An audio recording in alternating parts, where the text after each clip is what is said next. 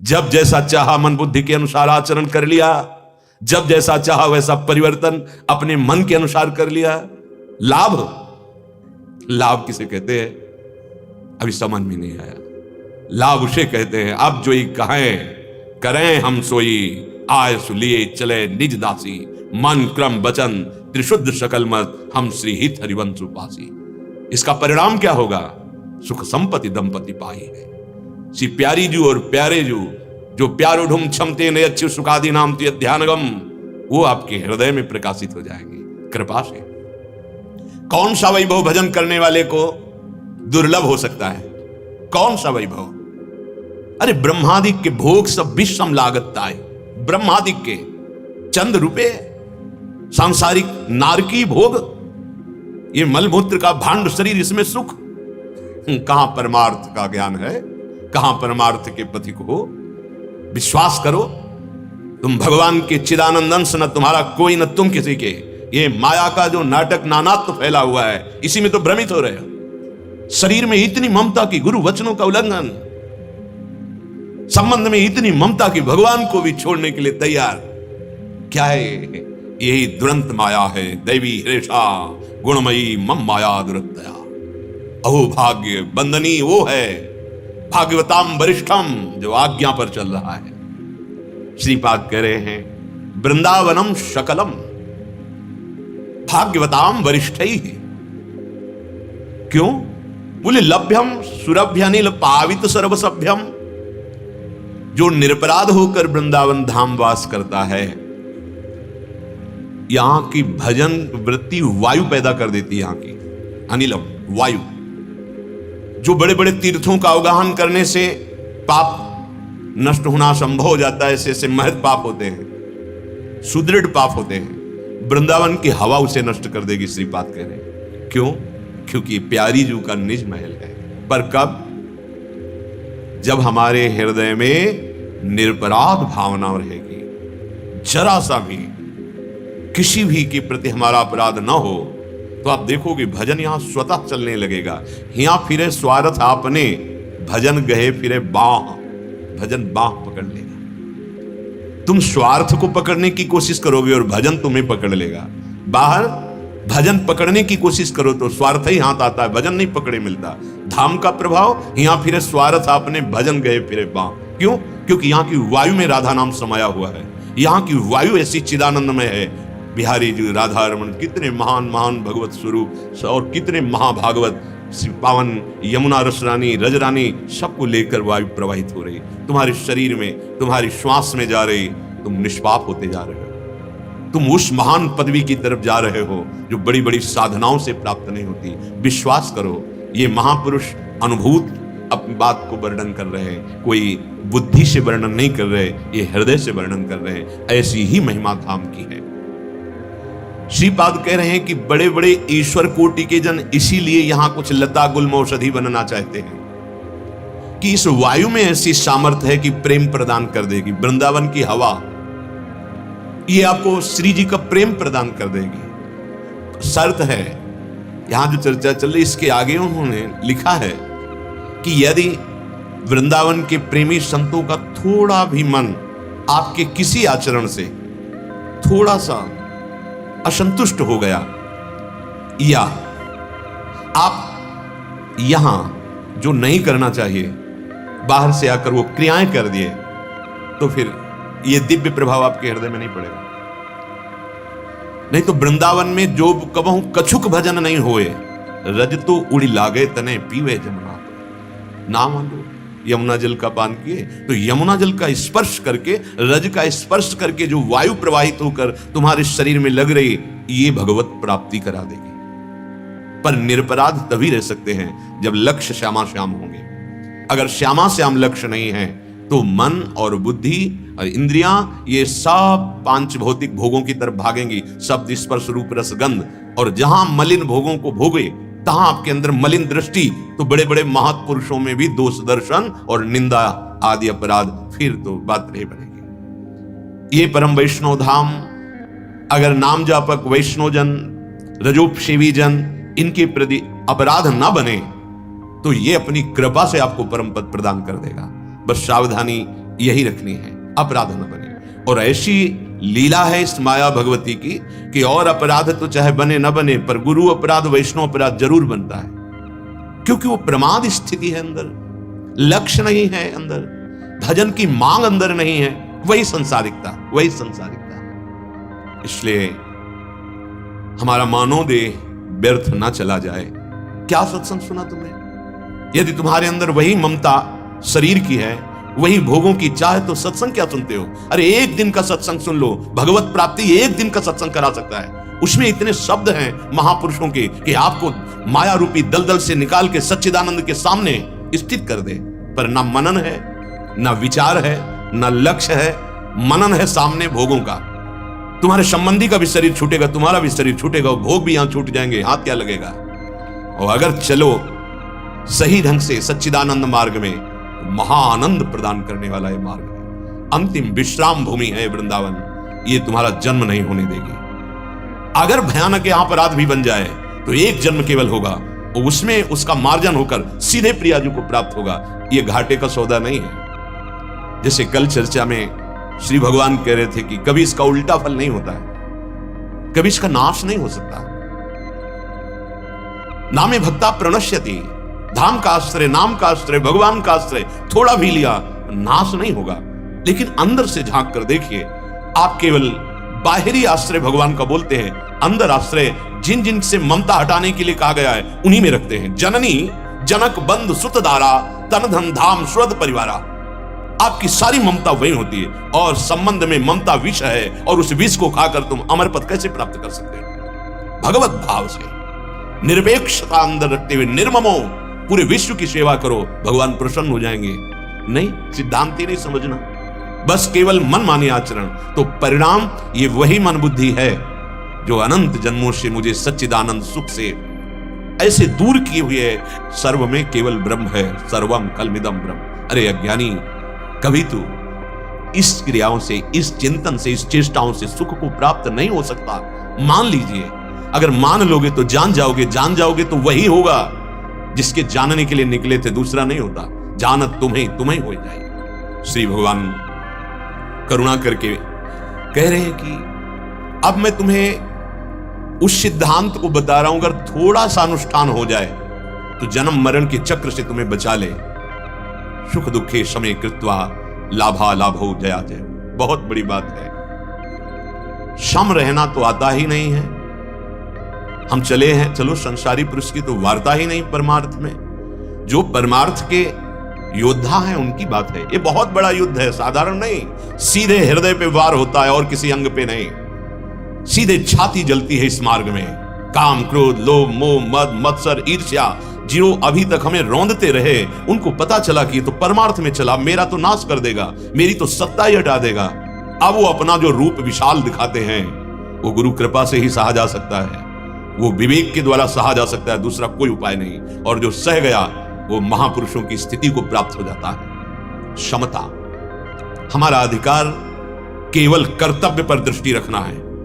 सरल भाषा में समझ लीजिए, जो हमें कर्तव्य मिला है गृहस्थी या विरक्ति, उसमें जो सिद्धांत के अनुसार कर्तव्य का पालन करना केवल मेरा लक्ष्य है, उसका फल मिलता है कि नहीं, वो पूर्ण होता है कि नहीं, मेरे अंदर कुछ फर्क पड़ा कि नहीं, मुझे इससे कोई मतलब नहीं।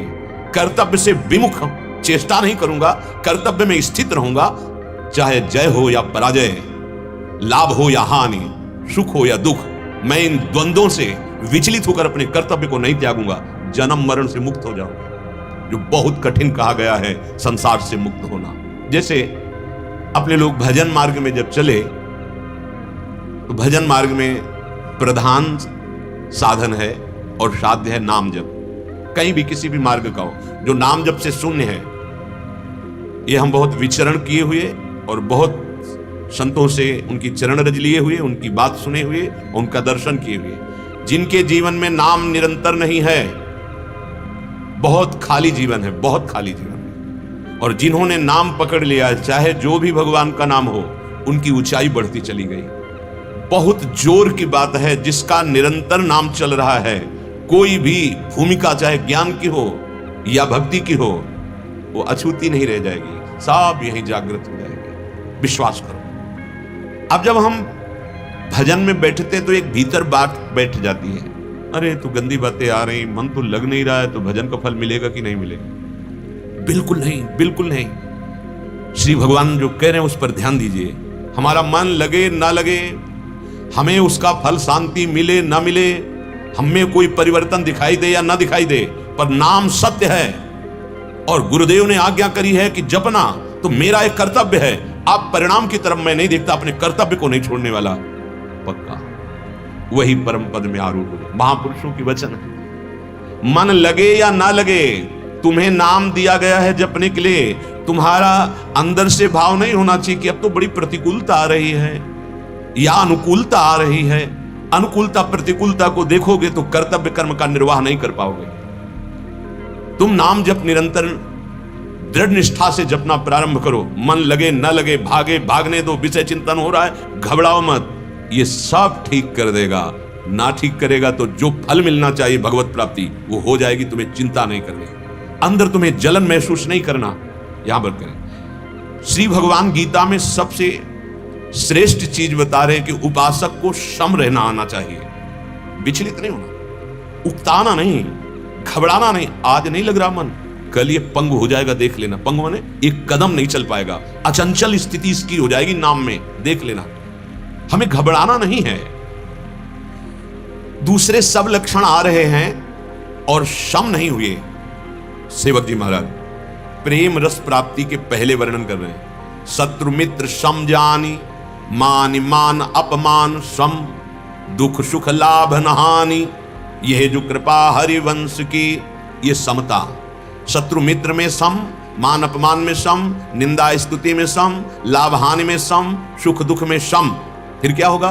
फिर महाप्रेमी के संग से प्रेम का रंग चढ़ेगा। फिर क्या होगा? निर्खत नित्य विहार, पुलकित तन रोमावली, नित्य विहार में प्रवेश हो गया। पहले सम, फिर रसिकों का रंग, फिर नित्य विहार का दर्शन। सम होना बहुत आवश्यक है। आप अपने मन की किसी भी तरह की जलन को किसी से मत कहिएगा, प्रार्थना मान लीजिएगा, नहीं उसकी सत्ता दृढ़ होती है। आप अपनी कमियों का केवल साक्षी भाव से देखते रहिएगा, ना उससे डरिएगा, ना घबराइएगा और ना आप लुभायमान होइएगा। वो आपको फेंकेगा मन से जो उसमें जमा है। आप जब करते जा रहे हैं, जब बढ़ाते चले जा रहे हैं, एक दिन देखना मन खाली हो जाएगा, निर्मल हो जाएगा, अचंचल हो जाएगा, शांत हो जाएगा। कौन सी सिद्धि बकाया रह जाएगी जब मन की स्थिति हो जाएगी। आपको घबराना नहीं है, आपको शांत संतुष्ट है इनके नुवा। हर स्थिति में संतोष धारण करो। हृदय जल रहा, चुप रहो, पापों का नाश हो रहा है, शांत।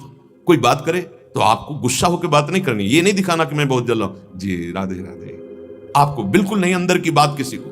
रहीमन मन की मन व्यथा रखिए, मन में गोए। ये हम अपने मन से नहीं कह रहे, ये महापुरुषों के वचन है। व्यथा माने पीड़ा, जलन, उसको चुप सह जाओ। तुम्हारा हृदय रूपी मटकी जो है वो परिपक्व हो रही प्रेम रस रखने के लिए। कच्ची मटकी में एक चुल्लू पानी डालो तो फैल जाएगी। वो पकती तभी है जब आवे पे रखी जाती है। अब तुम्हारे मन को नाम ऐसे जलाएगा कि वो स्वर्ण की तरह निखार निर्मल हो जाएगा। सह जाओ, तुम्हें जलन नहीं हो रही, ये उस मन को हो रही जो बावरा निरंतर पाप करवाता रहा है। धैर्य पूर्वक रहो, तुम दृष्टा बनो, साक्षी बनो, ना कि भोक्ता बनो मन के जलन की। सत्संग है ये, विवेक से देखो।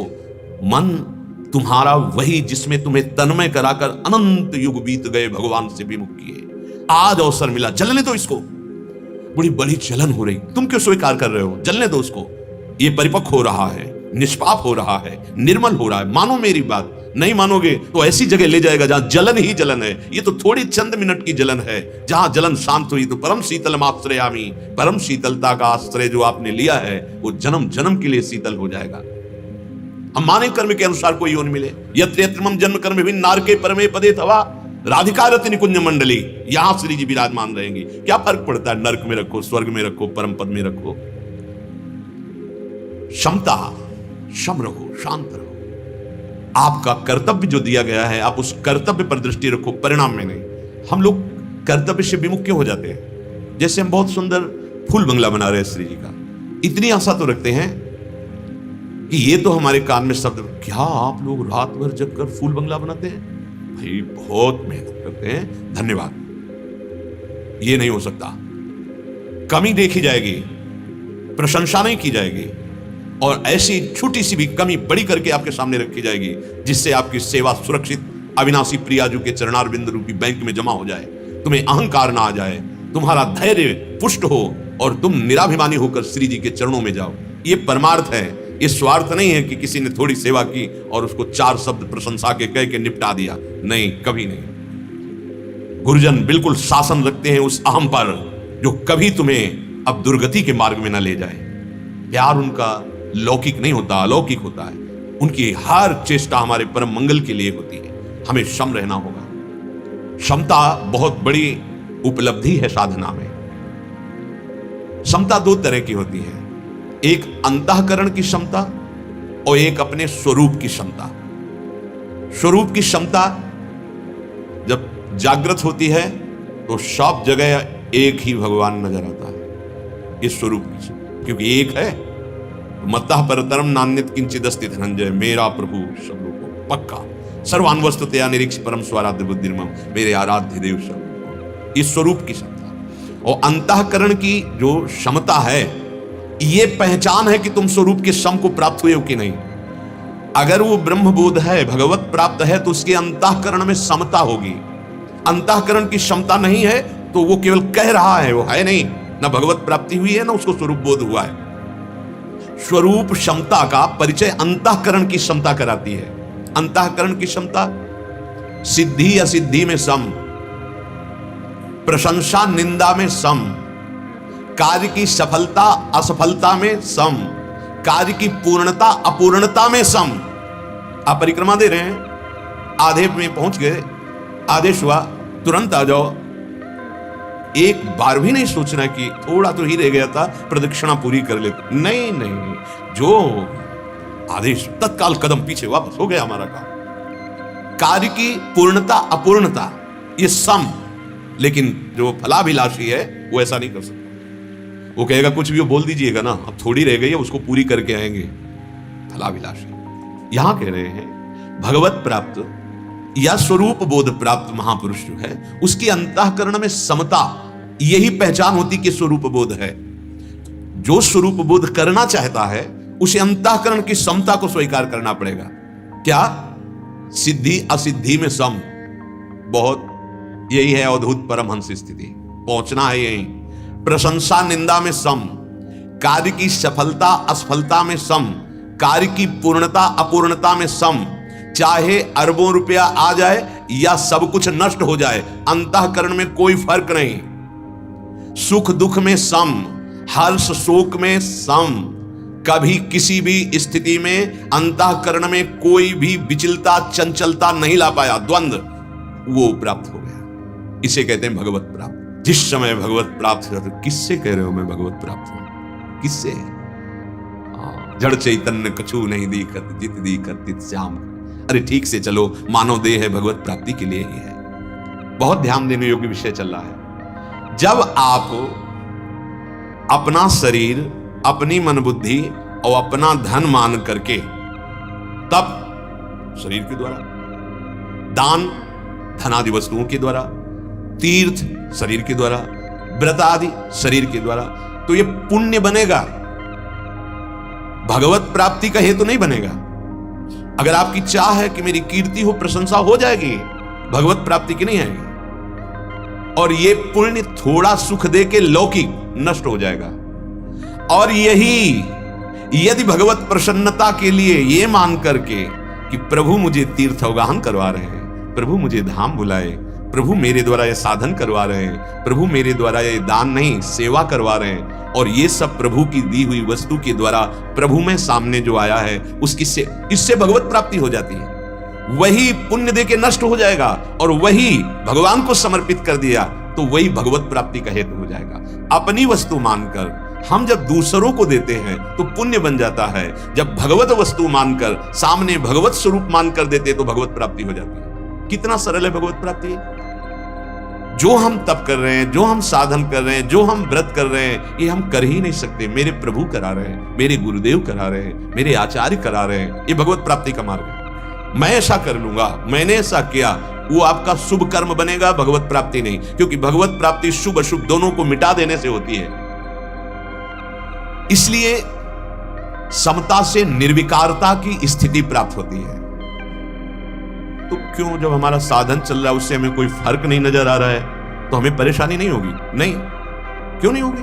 क्योंकि हमने साधन का भरोसा थोड़ी रखा है। भरोसा तो स्वामी ने जो कर रखा है। काहू के बल भजन को, काहू के आचार व्यास भरोसे कुंवर के, उनके स्वभाव, उनकी महिमा, उनके प्रताप का हमने आश्रय लिया है। हमारा परम कल्याण उनके प्रताप से हो जाएगा, स्थिति हो या ना हो, कार्य पूरा हुआ या नहीं हुआ, लाभ हुआ या नहीं हुआ, मुझे इससे कोई मतलब नहीं। ये तो स्वामिनी की इच्छा की बात है। वो यहां क्या देती है देख लेंगे। भक्ति में बिल्कुल सरल सहज समता आ जाती है। जो बड़ी ऊंची ऊंची साधना कर रहे हैं, बाहर से दिखाई देगा पर वो उतनी ऊंची नहीं है, और जिसके हृदय में समता आ गई है वो बहुत ऊंची स्थिति में है। ये बात क्षमता, जथा लाभ संतोष सदा काहू सो कछु न चाहो। बड़ा विडंबना हो रही है अब साधना में, जहां साधना गुप्त करने के भी वृत्ति का विस्मरण, वहां हम साधना को बाहर प्रकाशित करते हैं। क्या चाहिए, किससे चाहिए? साधक सावधान, वो सर्वज्ञ है जिसके लिए आप साधन गुरु कृपा से कर रहे हो। छपाने की जरूरत नहीं, छिपाने की जरूरत। सच्ची मानिए, आज हम छपाने में बिक रहे हैं, छिपने के लिए आवश्यकता है। जब तक सच्चिदानंद भगवान का साक्षात्कार ना हो जाए, फिर तो जैसे पुष्प में पराग आ जाता है तो भौरे मरड़ाने लगते हैं, उनको बुलावा नहीं भेजना पड़ता। ऐसे ही भगवत अनुरागी जिज्ञासु, भगवत मार्ग के पिपासुजन अपने आप एकत्रित होने लगते हैं। बिस्तरे सब जग विमल कीरति साधु संगति ना टरे, बास वृंदा विपिन पावे, श्री राधिका कृपा करे। आपको चाहिए कि आपका साधन आंतरिक गुप्त भाव से हो। कोई अगर आपको अच्छा साधक कहता है तो आप उसकी बात ना सुने। कोई आपको कहता है पाखंडी, आप उसकी बात ना सुने। अपने हृदय के धन को छुपाने की कोशिश करें। माना कि आप बहुत ऊंची साधना करते हैं, माना कि आपका मन बहुत एकाग्र है, तो आपको लौकिक सिद्धियां प्राप्त हो सकती हैं, लेकिन भगवत प्राप्ति नहीं। संसार बंधन से सुखपूर्वक वही मुक्त होता है जो सम हो गया, क्योंकि भगवान का स्वरूप सम है। इसीलिए सकामी पुरुष जान ही नहीं पाते कि भगवान की प्राप्ति का मार्ग क्या है। उपासक थोड़ा सा भी यदि इस सत समता का अनुष्ठान कर ले तो बड़ी बड़ी साधनाओं से जो लाभ नहीं मिलता, बहुत जल्दी लाभ मिल जाएगा। सम हो जाना, हर समय अपनी प्रसन्नता को सुरक्षित रखना, भगवत स्मरण करते हुए, कैसी भी परिस्थिति हो हमको उसमें विचलित नहीं होना।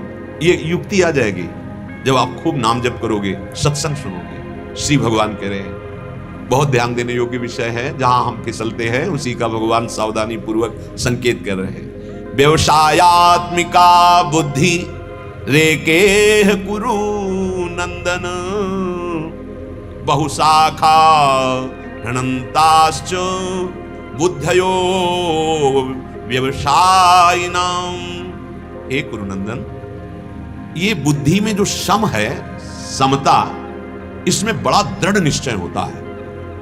परमार्थ का ककहरा नहीं पता, और जो परमार्थ की कृपा करके वचन मिलते हैं सत्संग में, शास्त्रों के गुरुजनों से, उनको पकड़ते नहीं। कैसे परमार्थ पे चलोगे, कैसे चलोगे? कितना रुपया तुम्हारे पास हो कि तुम सुखी हो जाओगे? जितना तुम सोचोगे उससे कई गुना यहां भारत में है। ऐसे क्या वो सुखी है? जितना भारत में, कई विदेशों में भी बहुत धन है, और जितना त्रिभुवन में धन, सबका सबसे बड़े धनाध्यक्ष भगवान कुबेर जी हैं। अगर उनके हृदय में शांति है तो भगवान के भजन से है, रिद्धियों सिद्धियों से, नवनिधियों से नहीं है।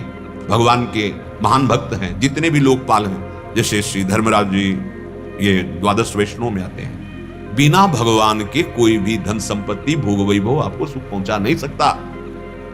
ये निश्चित बुद्धि उसी के हृदय में प्रकट होती है जिसने भगवान को अपना माना। बिल्कुल नहीं दिखाई देता। जहां कसौटी पे कसो तो बाहर खड़ा नजर आता है, बाहर एकदम दूर। क्या है जीवन तुम्हारा? क्या है, क्या है जीवन? अरे प्यारे, कोई नहीं है तुम्हारा, एक दिन पछताओगे। सिर्फ श्री भगवान तुम्हारे हैं। तुम भी अभी उन्हीं का आदर करते हो, पर अनजाने में। तुम जिन शरीरों को प्यार करते हो, नहीं करते किसी शरीर से प्यार। बार बार समझ लो, अंदर में बैठे हुए श्री भगवान हैं तो उस शरीर से तुम प्यार करते हो। भगवान अंतर्धान हो गए तो तुम उसी शरीर को फूंक देते हो, गाड़ देते हो, फेंक देते हो, जला देते हो। तो जिससे प्यार कर रहे हो यार उसको जानो, उसको पहचान लो तो जीवन मुक्त हो जाओगे। नहीं समझ में आ रहा, इस ढांचे में इतना आसक्त है कि सच्चिदानंद को भूला हुआ बस बहता चला जा रहा है काल के प्रवाह में। एक बुद्धि निश्चय वाली इस मार्ग में, एक बुद्धि, अब जीवन दे दिया प्रभु को तो दे दिया, चाहे जो कष्ट मिले कदम पीछे नहीं। जब अनुमति मिल गई परमार्थ में कदम रख दिया तो अब वही कह दे वापस आ जाओ, नहीं अब जो भगवान का जो विधान होगा वही होगा, अब हम तो चल पड़े प्रभु की तरफ, पीछे नहीं मुड़ेंगे। ये मार्ग है पति का। पहला कदम अगर लड़खड़ा गया होता तो वही संसार में होता, अरे अचिंत शक्ति संपन्न भगवान के लिए तुमने कदम बढ़ाया है, कहां किसी का मंगल हो सकता है। नहीं, सर्व मंगलकारी मंगल भवन भगवान के चरणों में समर्पित हो गए तो प्रणत कुटुंब पाल रघुराई। पर निश्चय नहीं है, निश्चय नहीं है, एक निश्चयात्मिका बुद्धि नहीं होती। किनकी? जिनकी भोगों में रति होती, बहुत शाखाओं वाली बुद्धि होती है। मैं ये कर लूंगा, मैं ऐसे कमा लूंगा, मैं ऐसे भोग लूंगा, मैं ऐसा सुख। कभी इन वृत्तियों से कोई आज तक सुखी नहीं हुआ प्यारे। केवल कलह, अशांति, चिंता, शोक, भय।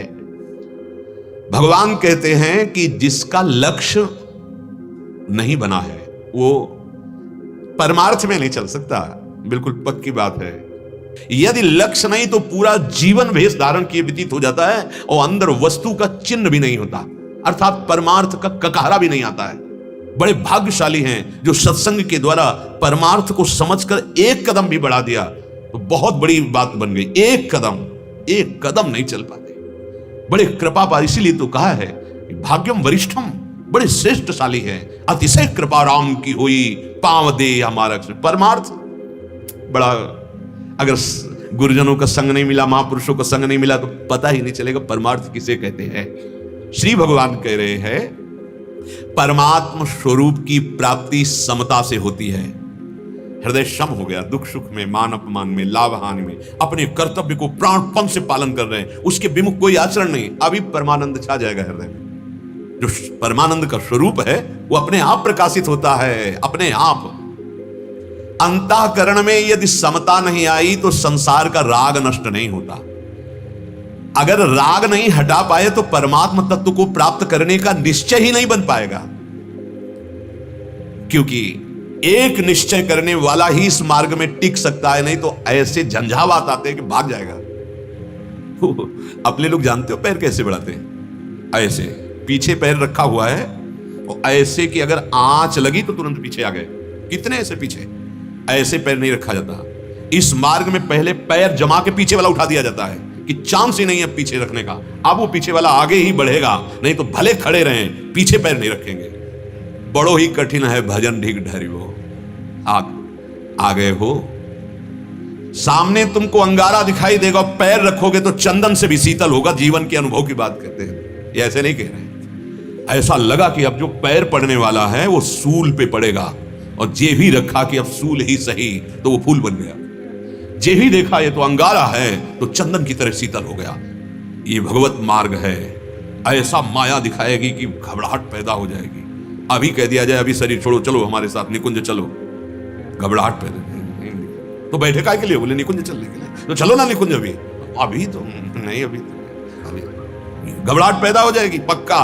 भगवत प्राप्ति मन अभी देख लो। अभी जिनको ये है कि चलो सत्संग सुनते पुण्य होगा, प्रदान पुण्य कर मन राजी, और जिनको यह है कि अब तो आंख लड़ानी है नंदन से, वो उसमें मन ऐसा घबराहट पैदा कर देगा कि दोबारा सत्संग में नहीं बैठोगे आके। बहुत विचित्र है ये, और अहो भाग्य उनका है जो मन को मार करके इस मार्ग में चलते हैं। हाँ, जहां चरण रख देते हैं सत्तरति सा लोकांतार्यति है। ये फिसिडियों का मार्ग नहीं, ये सूरवीरों का मार्ग। ऐसा ना समझो, आप में वो सारी सूरवीरता भरी है जो एक महापुरुष में होती है। मान लो आप सब चाबी लगा दो, तिजोरी खोल लो, माला माल हो जाओगे। वो तो बचपन से लगे इसलिए वैसे। इस मार्ग में समय का नहीं देखा जाता। खास बात समझना कि वो इतने समय से लगे तो उनको मिल ही हो गया होगा, ऐसी बात नहीं है। और ये तो काल का है, अभी एक क्षण में बात बन जाएगी। बस समझ लो, समझ लिया और चाबी खोली तो माल अंदर ही भरा हुआ है। अब चाबी है गुरु जी के पास, इसीलिए मोक्ष मूलम गुरु कृपा। वो युक्ति जो दे रहे हैं उसको पकड़ लो। मम्मी के आसक्त, पापा के आसक्त, रुपया के आसक्त, नाना प्रकार के भोगों के आसक्त तो पूरा विश्व है। गुरु आसक्त अंगुलियों में गिन सकते हो, कोई बिरला। इसीलिए कहा गया कोई एक पाव भगत जिमि मोरी, जो कहे हो हरिवंश रस बिरलो समझनहार। कितने 1000 2000 पाइए नहीं, एक दो ही जो पाइए, खोजी सब संसार। गृहस्थ मार्ग में भगवत भाव से माता पिता परिवार को भगवत भाव से सेवा करो और नाम जप करो, अच्छे आचरण को निकल जाओगे। विरक्त मार्ग में एक कदम आगे बढ़ गए तो पीछे मुड़ के नहीं देखना। नहीं, तात मात सुत दार देह में मत अरुझय मत मंदा। ये माया उसकी बुद्धि में बैठ करके तुम्हें प्रलोभन देगी, तुम्हारे सामने रोएगी।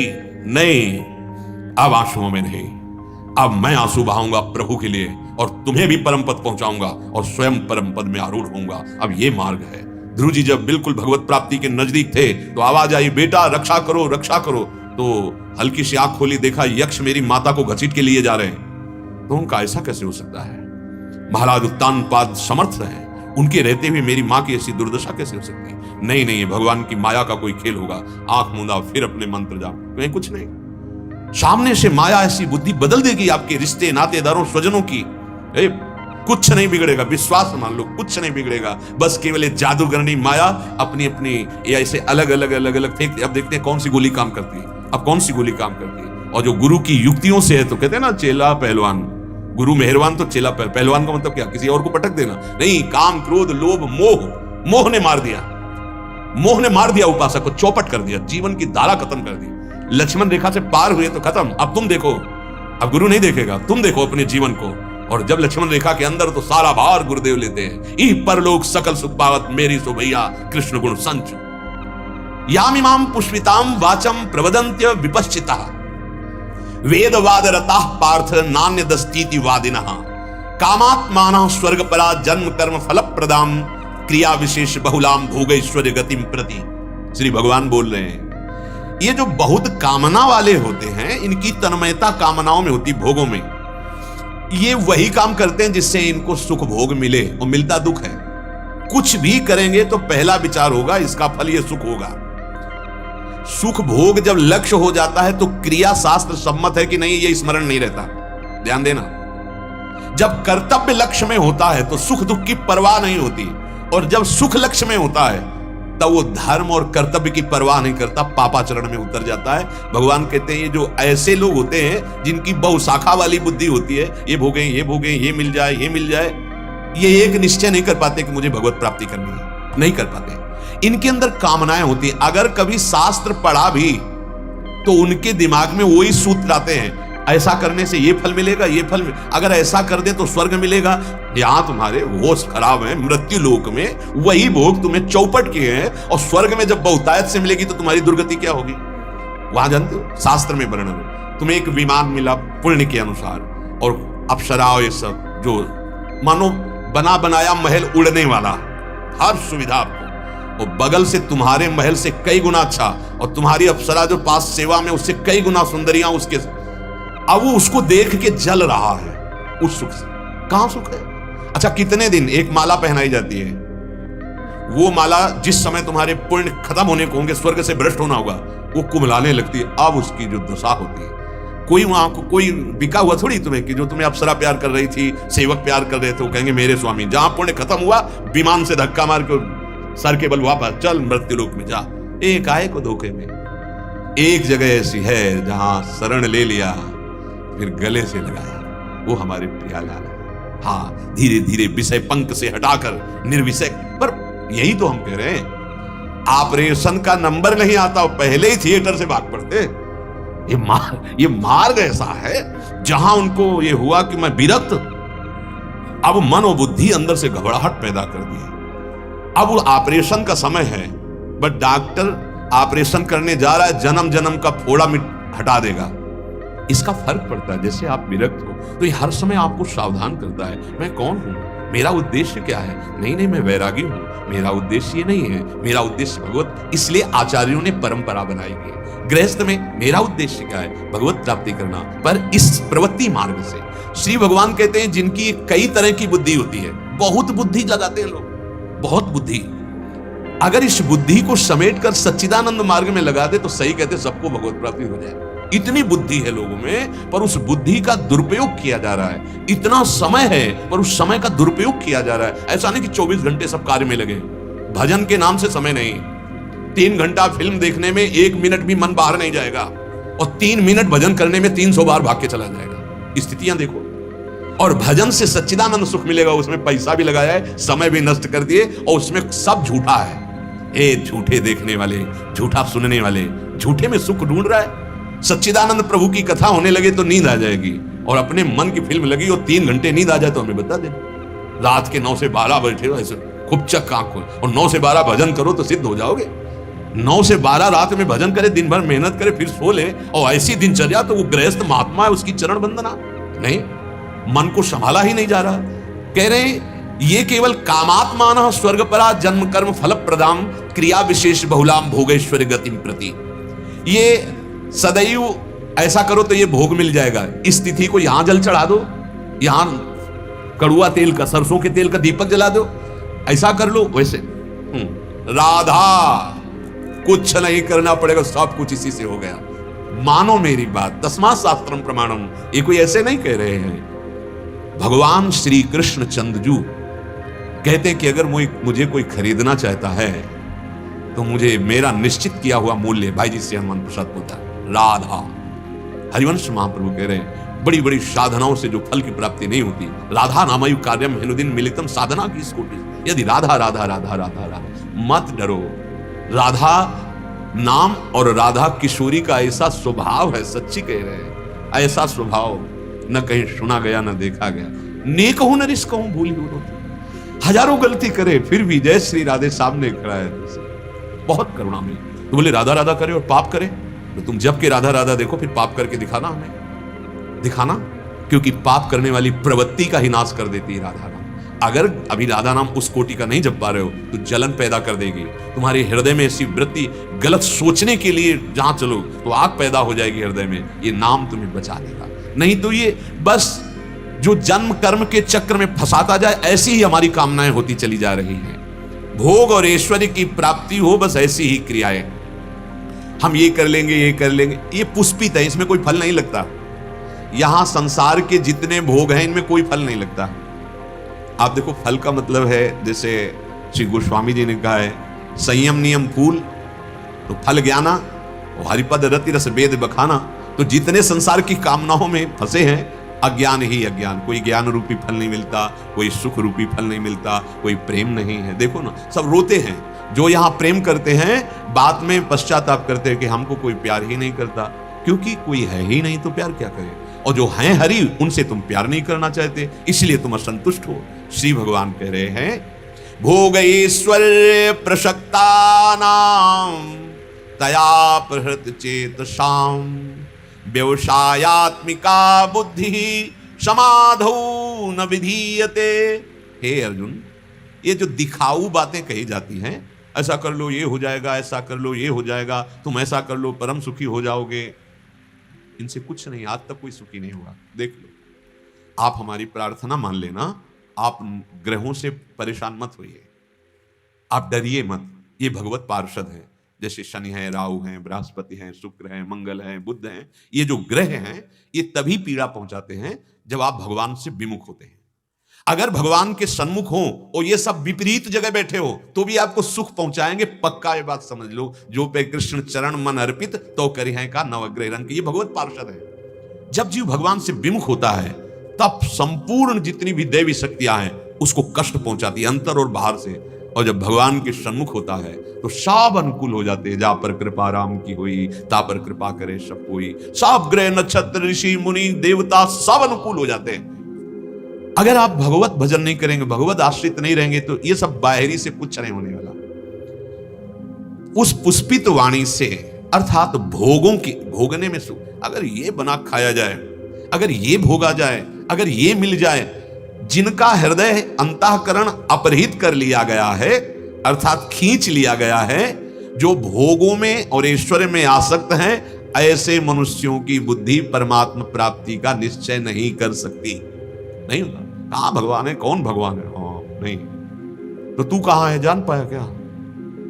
बोले भगवान दिखाई नहीं देते, हम कैसे भगवान को भजते? तूने अपने को देखा है? बोले हाँ मैं हूं। नहीं, ये तो तेरा शरीर है। तूने देखा है, फिर भी तू अपने को प्यार करता है? नहीं देखा है, फिर भी प्यार करता है। ऐसे ही तू अंश है जिनका, वो हैं पर दिखाई नहीं दे रहे। तो गुरुजनों की बात मान लो, पुकारो राधा राधा राधा, उनका नाम जप करो, आश्रय ले लो, वो दिखाई देने लगेंगे, वो अनुभव में आ जाएंगे। उनकी सिवा कोई है ही नहीं, ऐसा तुम्हें अनुभव में आ जाएगा। श्री भगवान कह रहे हैं शब्द, स्पर्श, रूप, रस और गंध, ये 5 विषय से पूरी सृष्टि भरी हुई है। शरीर का आराम, शरीर का मान सम्मान और मेरे शरीर का नाम जो है वो नाम हो जाए, इसे कहते हैं भोग। और विविध भोग पदार्थ, रुपया पैसा सोना चांदी मकान जमीन, इसे कहते हैं ऐश्वर्य। इन भोग और ऐश्वर्य में जिनकी आसक्ति है, खिंचाव है, उनकी भगवान में महत्व बुद्धि नहीं होती। भगवान नाम में जैसे लोग कहते हैं हमारा मन नहीं लगता नाम जपने में, कोई बात नहीं। आग को मन से छुओ तो भी जल जाओगे, बेमन छुआ दे कोई तो भी जल जाओगे, भूल से छू जाए तो, श्रद्धा से छू लो तो जलोगे जलोगे, क्योंकि उसमें दाहिका शक्ति है। ऐसे नाम में सर्व सुख प्रदान करने वाली और पाप नाशक शक्ति है। आप श्रद्धा से जपो, बढ़िया है। नहीं श्रद्धा है फिर भी जपो, तो भी आपको वही फल मिलेगा, वही जो श्रद्धा से जपने पे मिलेगा। और अगर किसी के कहने से जपने लगो, या कोई नाम जप रहा है, उच्चारण कर रहा है, आप सुन लिए हैं, आपका मंगल ही होगा। ये जब भोग और ऐश्वर्य में हमारी बुद्धि खिंच जाती है तो फिर भजन अच्छा नहीं लगता। भगवान वर्णन कर रहे हैं ये भोग और ऐश्वर्य राक्षसी बुद्धि पैदा कर देती है। आशु कहते हैं प्राणों को, जो केवल अपने प्राणों को सुखी बनाने की सोचता है वो आसुरी भाव को प्राप्त होता है, मतलब राक्षसी भाव आ जाता है। देखो ना, वो जीव तड़प रहा है, उसको काट देते हैं, उसको भूंज रहे हैं, काहे के लिए? अपने प्राणों का पोषण करने के लिए। तो कौन है? बोले असु का पोषण करने वाले असुर हैं ये, आसुरी भाव को प्राप्त राक्षसी। ए मानव देह मिला है, राक्षस नहीं हो। राक्षस किसे कहते हैं? आसु। आसु माने प्राण, जो केवल अपने प्राण पोषण के लिए दूसरों को कष्ट देते, उन्हें अब उनको पता नहीं, धन के लिए वो ऐसे खिंचते जैसे वो गिरे मर जाए, चाहे कोई भी अंग भंग हो जाए। इतनी निर्दयता कैसे आ गई? बोले वो राक्षस है, मनुष्य नहीं है, उसके स्वभाव में राक्षस बैठ गया, राक्षसी भाव बैठ गया है। तो जो केवल अपने प्राण पोषण में लगे हुए हैं, ऐसे आसुरी भाव वालों के हृदय में बस भोग भोगने की इच्छा रहती है, कोई भगवत प्राप्ति, कोई भजन, कोई सच्चिदानंद मार्ग। असली ध्येय जो मनुष्य का है, भजन भगवत प्राप्ति, वो नहीं, उनके हृदय में नहीं। जिसे गोस्वामी जी ने कहा, पापवंत कर सहज स्वभाव, भजन मूर्ति भावन काऊ, जो पे दुष्ट हृदय सोई हुई, मोरे सन्मुख आओ की सोई।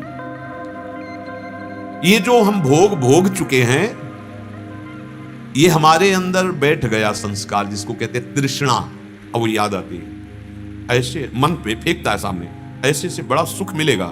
अब वो तृष्णा सापिनी की तरह लहर ले रही। अब वो जो भगवत मार्ग में चलना चाहता है उसको भी, और जो संसार में उसको तृष्णा बख्शती किसी को नहीं, भगवत मार्ग वाला सहता है नहीं, राधा राधा राधा। वो सह नहीं पाता क्योंकि भजन नहीं है, तो वो जैसे एक होती है भोगे हुए भोग को पुनः भोगने की इच्छा, तृष्णा।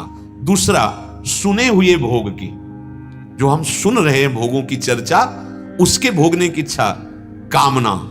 ये कामना, वासना, तृष्णा ऐसे मलिन कर देती है हृदय को कि भजन की बात ही नहीं सुहाती। अगर कोई लिवा भी लाए कि चलो बढ़िया सत्संग हो रहा है, बैठ के सुनते हैं नाम कीर्तन, तो उसके हृदय में जलन होने लगेगी। जहां आएगा बैठेगा, या सो जाएगा या दोष दर्शन करेगा। हाँ, कौन सी बात है जिससे हमारे अंदर निंदा करने का भाव पुष्ट हो जाए? कौन सी बात मिलेगी? वो कुछ ना कुछ पकड़ेगा। क्या? सत्संग नहीं, निंदा करने का। बाहर निकल कर क्या देखा तुमने वहां, ऐसा ऐसा ऐसा। वो सत वस्तु को नहीं पकड़ सकता क्योंकि हृदय उसका मलिन है। तयाप रहते चेतसाम, चित्त का अपहरण कर लिया है भोगेश्वर ने, पाप की मलिनता हृदय में है। बड़े भाग्यशाली हैं जिनको सत्संग सुहाने लगा है, अच्छा लगने लगा है। और उनको क्या कहना जिनका नशा बन गया है कि सत्संग के बिना तो हमारी दिनचर्या ही नहीं है। संसारिक विद्याओं, कलाओं में ऐसा अहम जागृत हो जाता है, ओ ये अभिमान जन्य सुख का भोग होता है, तो परमात्मा प्राप्ति की बात ही उसके हृदय में नहीं आती। वो माया भी बड़ी बलवती है, ये कितने दिन टिकेगा, शरीर भी जाएगा। भगवान का भजन होता है भगवत धाम जाने के लिए, भगवत प्राप्ति के लिए। पर एक निश्चय वाली बुद्धि ऐसे भोगी पुरुषों में होती ही नहीं है। आज कुछ और, कल कुछ और, परसों कुछ और। जहां प्रभु की तरफ चलने की थोड़ी रुचि हुई तो देखना गंदे भोगों से पूर्ण अरुचि हो जाएगी आपको, देख लेना। जहां प्रभु की धर्मयुक्त भोगों की बात नहीं कर रहा, जो अधर्माचर ये बंद हो जाएंगे। जैसे लोग कहते हैं कि आप कहते हैं नाम सब पाप नाश कर देता है, धाम और सब पाप नष्ट हो जाएंगे भगवान की शरण में सब, तो इससे पाप को बढ़ावा नहीं दिया जा रहा। जैसे तुम अज्ञान में हो, रोग से तो ग्रसित है ही, तो सब रोगों के निवारण के लिए औषधियां भी बनाई गई हैं। तो समस्त पापों के नाश के लिए भगवान का नाम गरज रहा है। नाम संकीर्तनम यस्य सर्व पाप प्रणाशनम। तो फिर सर्व पाप करता रहे और नाम कीर्तन करता रहे। कभी जप के देखो, दीर्घ काल तक जप के देखो, फिर सोचो पाप की वृत्ति ही नहीं रह जाएगी प्यारे। पाप की वृत्ति होती है अहंकार में, संसार के भोगों के भोगने में, संसार में सुख है ऐसा चिंतन करने में। जब नाम जब चलेगा तो सारे चिंतनों को काट देगा, एकमात्र भगवान का चिंतन रह जाएगा। चलो तो धीरे धीरे ये निष्पाप कर देता है। जो बहुत बड़े हिंसक थे, बहुत बड़े व्यभिचारी थे, चोर थे, ऐसे जनों को जब संत समागम मिला और वो नाम जब किए तो बड़े ऊंची कोटि के महापुरुष बन गए। अगर पाप नाशक नाम में शक्ति ना होती वो महापुरुष कैसे बन जाते? उनका स्वभाव व्यभिचार हिंसा चोरी का था और नाम में लगे तो बनी रहती भला वो चोरी हिंसा पाप? नहीं, वो सब त्याग कर ब्रह्म ऋषि हो गए, बड़े बड़े महापुरुष बन गए। ये आंतरिक विषय नाम की महिमा को कलंकित मत करो अपनी वाणी से। नाम बड़ा अमोघ है, तुम्हारे हृदय का परिवर्तन कर देगा। हृदय का परिवर्तन हुआ कि आप भगवान के थे, भगवान के हैं, भगवान के रहेंगे, आप भगवत स्वरूप है ऐसा अनुभव हो जाएगा। पर ये ऐसा भोग और ईश्वर में आसक्त जनों के अंदर नहीं होता, क्योंकि वो सत्संग स्वीकार ही नहीं करते। वो वही बात सुनना चाहते हैं कि ये कर लो तो तुम्हें ये फल प्राप्त हो जाएगा, तुम्हारी फैक्ट्री चल जाएगी, तुम्हें रुपया मिल जाएगा, तुम मुकदमा जीत जाओगे, तुम्हारी कामनाओं की पूर्ति हो जाएगी। वो आपसे सच्ची कहते हैं, बिना मांगे आपकी सब बात बन जाएगी। एक कामना पूर्ति की नहीं, वो पूरी जिम्मेवारी आपकी ले लेते हैं। योगक्षेमम भाव में हम क्यों नहीं समझ रहे हो? अनन्यस चिंतयन्तो मां मे जनाः परिपासते तेषां नित्याभियुक्तानां योगक्षेम। एक एक की पूर्ति कहां तक करते रहोगे? पूरा ठेका ठाकुर जी ले रहे, श्री कृष्ण चंद्र जी कह रहे तुम केवल मेरा चिंतन करते हुए अपने कर्तव्य का पालन करो, मैं योगक्षेम का वहन करूंगा। जो प्राप्त कराना है वो मैं प्राप्त कराऊंगा और जो रक्षा करनी हो मैं करूंगा। कितनी बढ़िया बात है। सर्वज्ञ सर्वशक्तिमान सर्वत्र विराजमान परमात्मा अखिल कोटि ब्रह्मांडों का स्वामी हमारा भार लेने को तैयार है। पर हम ऐसे अभिमानी हैं नहीं, हम अपना भार खुद खोपड़े पे लेकर और दुर्गति करते हैं। इसलिए हम सावधान होकर जो भोग धर्मयुक्त हैं उनको भगवत प्रसाद समझकर अपने कर्तव्य के पालन में पूर्ण निष्ठा युक्त और नाम जप करो। दुख सुख की परवाह न करो, लाभ हानि की परवाह न करो, तो तुम्हें अखंड सुख मिल जाएगा, तुम्हें अनंत सुख मिल जाएगा जहां दुख की निशानी नहीं है। इसलिए सावधान रहिए। तुम्हें ऐसे लोग मिलेंगे जो परमार्थ से हटाएंगे, तुम्हारा मन भी तुम्हें परमार्थ से हटाने की कोशिश करेगा। लेकिन अगर शास्त्र वाक्यों का मनन करवाओगे तो मन की मलिनता नष्ट हो जाएगी, फिर ये तुम्हें परास्त नहीं कर पाएगा। हम मन की वृत्तियों का तो मनन करते हैं, लेकिन शास्त्र वाक्यों का, गुरुजनों के वाक्यों का मनन नहीं करते हैं, इसलिए हमारा पतन हो जाता है। बहुत सावधान। जो सत्संग सुनो उसे कई बार सुनो। और एक सबके अच्छे उपासकों की डायरी होती है, पूरे सत्संग में क्या क्या आपने पकड़ा वो आपको फटाफट नोट कर लेना चाहिए शीघ्रतापूर्वक। पूरे सत्संग की, मानो हमने 4 बात पकड़ी, अब इस 4 बात को हम 50 बार मनन करें। सत्संग में ये बोला गया, सत्संग में ये बोला गया। पूरा सत्संग तो लिख नहीं सकते, आजकल तो बड़ी सुविधा है कि आप इसे सुन सकते हैं कई बार। आप सच्ची मानो आपके मन का ये मार्जन हो रहा है। जैसे पात्र गंदा हो मार्जा जाता है, धोया जाता है, तो सत्संग आपके मन को निर्मल करेगा। हम लोग क्या करते हैं, जैसे हम पूछते हैं कि सत्संग में आज क्या हुआ, क्या पकड़ा आपने, कोई उत्तर नहीं मिल पाता। तब हमें लगता है आप सत्संग सुने क्या। मतलब सत्संग एक एक बात हमारे दिमाग में बैठनी चाहिए। क्यों नहीं बैठी? क्योंकि महत्व नहीं सत्संग का। अरे तो रोज होता है, पकड़ ही नहीं पा रहे आप शब्द, तभी आपकी धरा नहीं उठ रही। नहीं, सच्ची कहते हैं ये साधना से नहीं धरा बनती, ये विचार से धरा बनती है। जीवन मुक्तता विचार से आती है। आपके इतने महान विचार होने लगे, आप पहुंच रहे हैं ऊंचाई पर, आपकी क्रियाएं भागवती खुरी, विचार गंदे तो कोई भूमिका नहीं आ रही। अंदर की बात तुम्हें बता रहा हूं, अंदर की भूमिका विचार से बनती है। तुम्हारे विचार जितने पवित्र महान होते गए उतने ही तुम ऊंचे उठ गए।